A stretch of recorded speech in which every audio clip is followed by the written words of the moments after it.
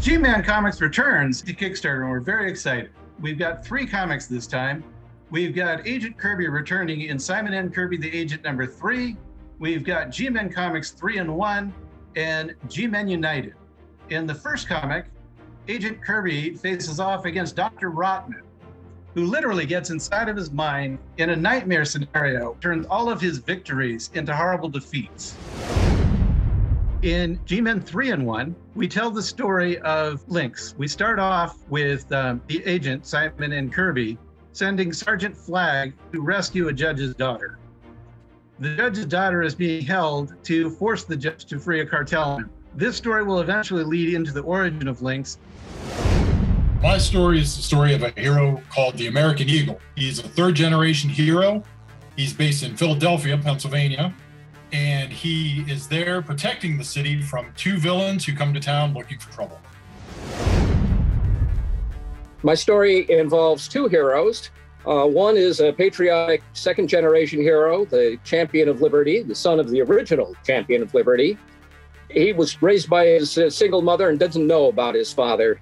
He was a small-time crook, a hacker, and ended up in prison, turned into a confidential informant, and they eventually discover who he is and activate his powers. They send him back into prison to investigate a fellow known as the Demon Priest. And the 2 of them encounter a fellow named Rocky, and fights ensue, and fun is had. We're following this up with G-Men United #1. And we're going to tell 4 stories in this book.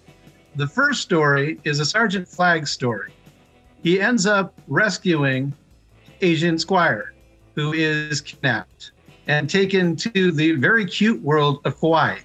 Kawaii being the Japanese term for extremely cute.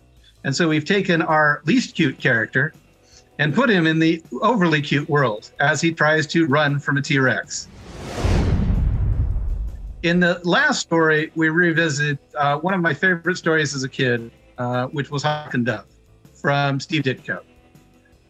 In that story, the characters were very much politically divided, but yet they were able to work together and resolve things. And I like that message, especially for today. So we've got 2 characters. We've got Terror Noir, who's a play on Black Terror. And then we've got Pocahontas. And Terror Noir is an African-American superhero. And Pocahontas is a white female character who is 1/32 Cherokee. And she's conservative and he's liberal. And they arrive in the middle of the riots. And they have vastly different views of what's going on. And so I wanted to, in a short story, I wanted to explore that dynamic and, show that as a positive that people can work together. My story, like Rick's, is about conflict within the heroes.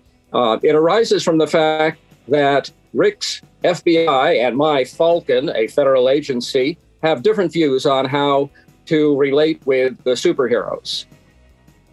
The agent, Simon N. Kirby, tries to draft a hero known as Outrage. And she lives up to her name. She's outraged at being drafted by the government.